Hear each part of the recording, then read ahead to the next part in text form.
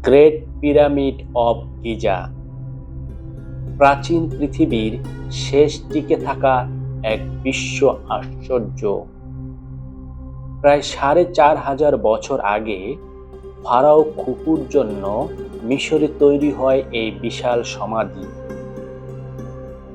২০ লাখেরও বেশি পাথরের ব্লক দিয়ে তৈরি এই পিরামিড এক সময় ছিল পৃথিবীর সবচেয়ে উঁচু স্থাপনা।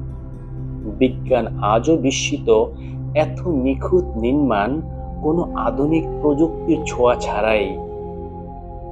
এটি উত্তর দক্ষিণ পূর্ব পশ্চিমের সাথে একেবারে সঠিকভাবে সামঞ্জস্যপূর্ণ।